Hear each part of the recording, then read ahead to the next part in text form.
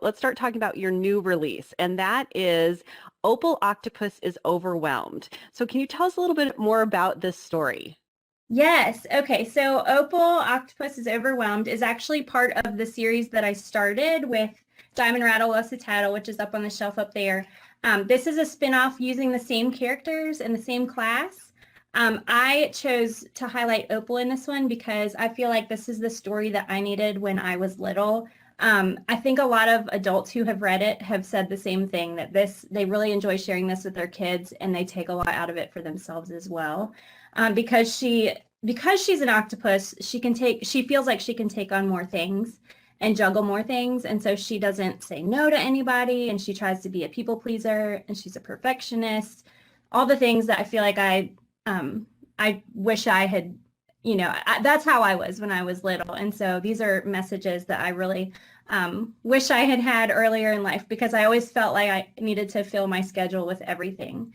And so this is just a great resource for kids to learn how to take care of themselves. There's an acronym in the book that's RESET, RESET, which was actually my word for 2020 that I picked before I knew about the pandemic and how everything was going to shut down. That had been my one word for the year. And so it's really funny that I ended up including that in my children's book. But the R stands for rest. And so there's a portion of the book that talks about how important it is for kids to get enough sleep and to put their screens down at night. The E stands for eat healthy food. And so Opal and her mom learn about how to take care of themselves. The S stands for say no, which is really the main message of the story, learning different ways to say no to things and to peer pressure. The other E stands for exercise.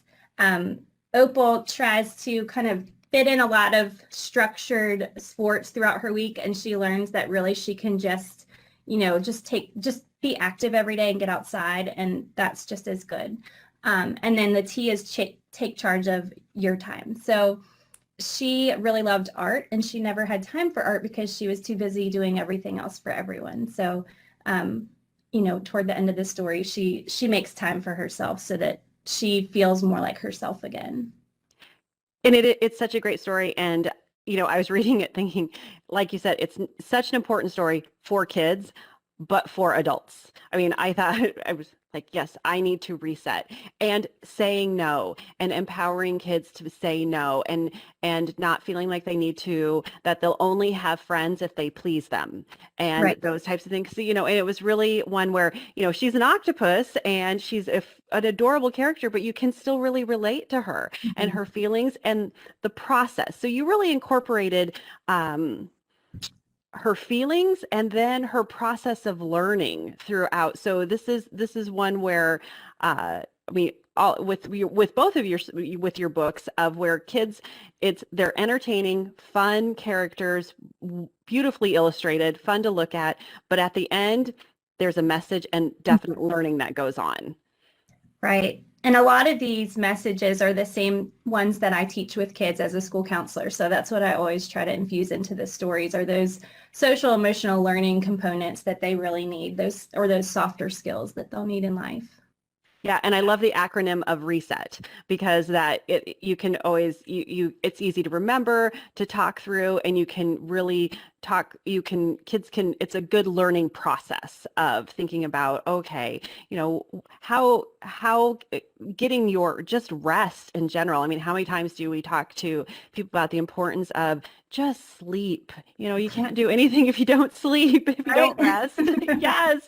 And eating healthy and taking care of yourself. And it was so wonderful to see her journey through the book, because she was losing sight of the things that were important to her. And then by the end, she had such good balance, and she was back to doing things, having fun, not being stressed out, and being able to have time to focus on her art.